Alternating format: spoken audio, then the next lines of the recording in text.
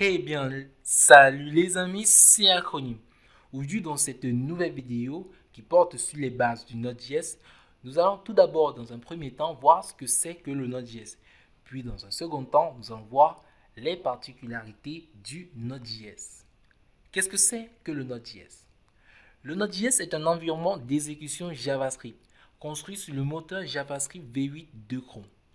Ça veut dire, et nous l'avons vu précédemment, que le Node.js est quelque chose qui va nous permettre d'exécuter du JavaScript côté serveur à l'aide du moteur JavaScript V8 de Chrome. Particularité du Node.js. Alors, le Node.js est un exécutable single thread. Tout d'abord, je m'arrête avec single thread.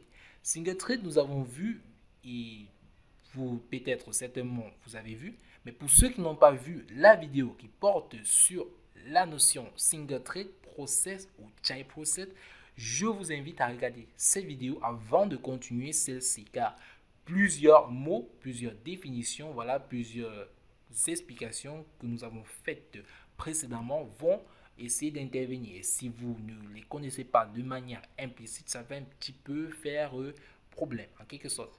Donc, comme je disais tantôt, le Node.js est un exécutable single thread. Mais qu'est-ce que ça veut dire, exécutable single thread? Eh bien, ça veut dire qu'il ne peut faire qu'une seule chose à la fois. On ne peut pas lui demander deux commandes en même temps. Du moins, ceci est possible via ce qu'on appelle des type process. Mais ce n'est pas quelque chose qui appartient à son design en fait.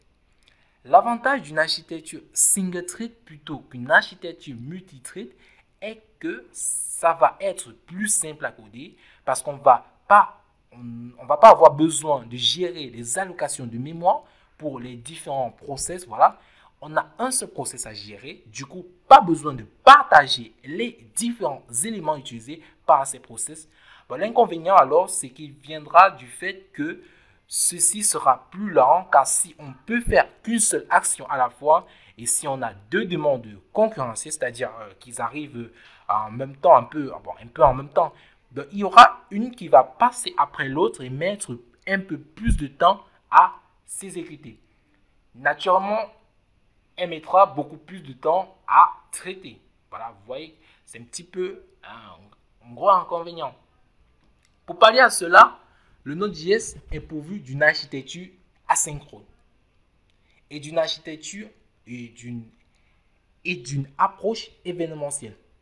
En gros, chaque fois que notre script devra faire une pause parce qu'il a demandé à une instance tierce d'aller chercher, c'est pas une base de données par exemple, et il attend de les récupérer, eh bien, on va lui demander de faire quelque chose d'autre.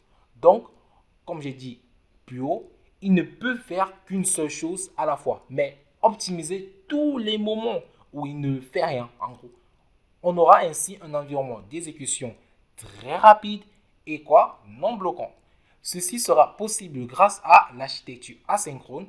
On verra notamment que certaines méthodes fournies par l'API Node.js sont asynchrones et c'est aussi possible grâce à la gestion des événements que nous allons voir durant la formation.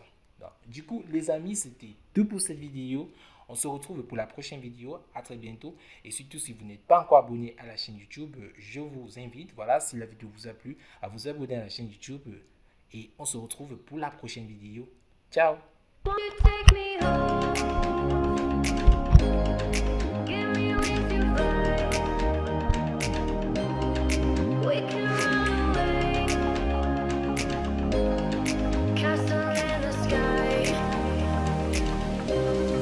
Won't you take me